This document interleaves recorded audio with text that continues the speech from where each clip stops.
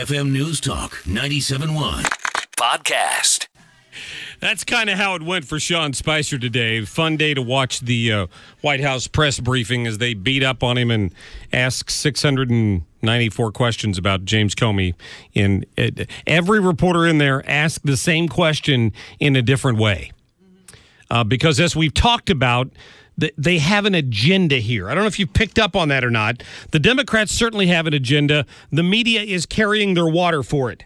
Let's go to cut number 29 on the DVD over there, Liz, the CD. Listen to this. Well, clearly we are in a crisis of confidence, no doubt about it.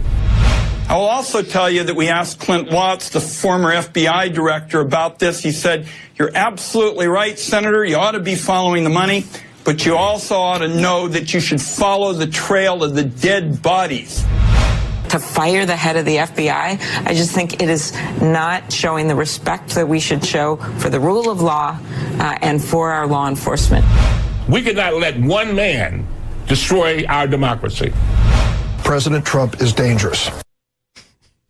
Thank you, Dick Durbin. Good Lord. It just gets worse. Every day they come up with some new way to convince you that Donald Trump is going to bring about the end of the world because he fired the FBI director. It's crazy. Joe Messina is joining us right now. He is a columnist. He's a radio talk show host in his own right. And Joe, how are you, my friend? I'm doing great, and thanks for having me on. We're going to have a lot of fun, I can tell. Great to have you on the show again, that's for sure. Donald Trump even, the White House even sent out a clip of these Democrats calling for Comey to be fired back in October, and now all of a sudden he's the greatest thing since sliced bread. No, I tell you what I love. You played that clip a minute ago, and they were talking about being a country of law, following the rule of law, and the president hadn't followed the rule of law. Where were they 8 years ago? For the last 8 years, where have they been? Yeah. I mean, apparently, their god known as Oblamo, he could do no wrong. Have you noticed also they've recently found the Constitution? They haven't been able to find that for the last 8 years, right? And then they found a thesaurus with the word budget deficit in there. And I think they're I mean, this is, where were these people where have they been for the last 8 years? Seriously. Yeah, the thing about it that disturbed me is that I also put together a montage today of the media carrying, and I said carrying the water, maybe that's not the right term for it, but they're like a political action committee for the left. It's sometimes when you listen to the questions that the press reads in the White House briefing room, it's almost like it's from a list of talking points that the Democrats sent out. Well, you should ask them this and you should ask them that. And I'm sick of it. I mean, I've watched it for years as a reporter and then as a radio talk show host. It's worse today than it's ever been. Yeah, I think it's come to the top. I think Trump's victory has brought all this nasties to the top. You know, they're all been soaking in Epsom salt, and all that stuff now comes to the surface, and they can't control it anymore. So now it's out there, and you're right. Look at now, we got a little. Forgive me. We got a little fat Asian guy over there in North Korea, and he's got his finger on the button where he could launch nukes pretty much anywhere he wanted to. And we're concerned whether Comey. We knew we were going to fire Comey at 1:15, 12:07, 3:03. It's like, what are you guys doing? And you're right. They're taking their talking points from the we already know they take orders from the Democrat Party, and it just shines. The hate for this president just shines. And again, think about some of the things that they've done to Trump in 100 days or 100 and some odd days that you couldn't do to Obama in 8 years. No, some of the things just Maxine Waters alone has said about Donald Trump far exceeded anything she complained about. And she was convinced from the beginning that Republicans, that conservatives were only opposed to Barack Obama because of his color. And unless they're against Oompa Loompas, I'm not quite sure why they're so mad at Donald Trump. I think they let their guard down. There was no way this guy could win. The polls in their mind all said that she had it. I mean, look, no matter what anybody says, she's still devastated from this loss. She is still scratching her head trying to figure out what's going on. And I want you to think about something else. The last 4 or 5 elections that have been had to replace some of the appointments that Trump has made, in the different states, who has won those? Every one of them has been won by a Republican.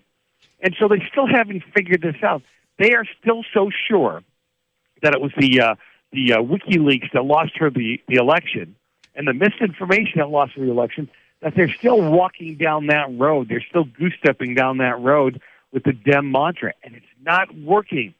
And they just can't see. I think it's in the DNA. I think the reason they can't change is because it's in the DNA. It must be. Meme of the day, won the internet, had a picture of a counselor sitting on a chair talking to another adult who had his knees folded up under him on a chair, and he handed him a doll and said, "Please point to where the Trump voters hurt you."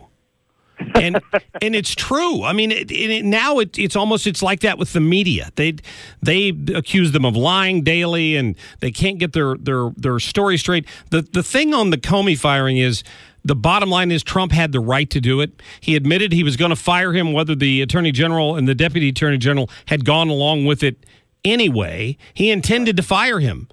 So who cares if they initially said he did it based on the recommendations of the AG? If he had done it without those recommendations, they would have been equally mad. I think the problem is that, he could stop a lot of this if he just phrased some of his stuff just slightly different. Look, yeah, I had every intention of firing Comey. I really didn't think he was right for this job, or he didn't have what it takes to make this job happen.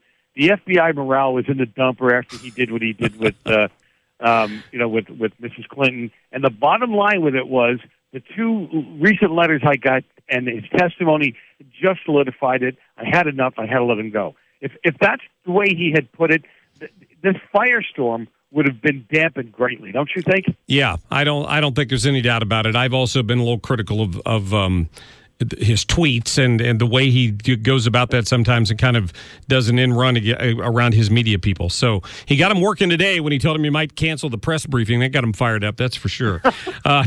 Joe Messina, tell me where people can go to hear more. I know you've got your own radio show that's syndicated. Is it The Real Side? Yeah, just go to therealside.com. You can find everything there, anything about me, and you can even get a copy of my new book, Ramblings of a Right-Wing Bible-Thumping White Guy. There you go. I want a personally autographed copy of that one, please. Joe, thanks for your time. All right, thanks for having me. Have a great weekend. I appreciate that. I wanted to get Joe's thoughts on that and much more. All right. When we come back, we are going to focus again on Metrolink and some of the security issues surrounding Metrolink. So here's the interesting part about this. Think back to 1993 when this thing first went online, right? And there were crime issues then, and there were crime issues in all of the 23 years since then. But every time there's a headline that says they're serious about fixing it this time. Now they've all come out with a new plan, and this time they claim they're going to fix it. Are they? We're going to talk to Tom Sullivan about that. He's been following this issue.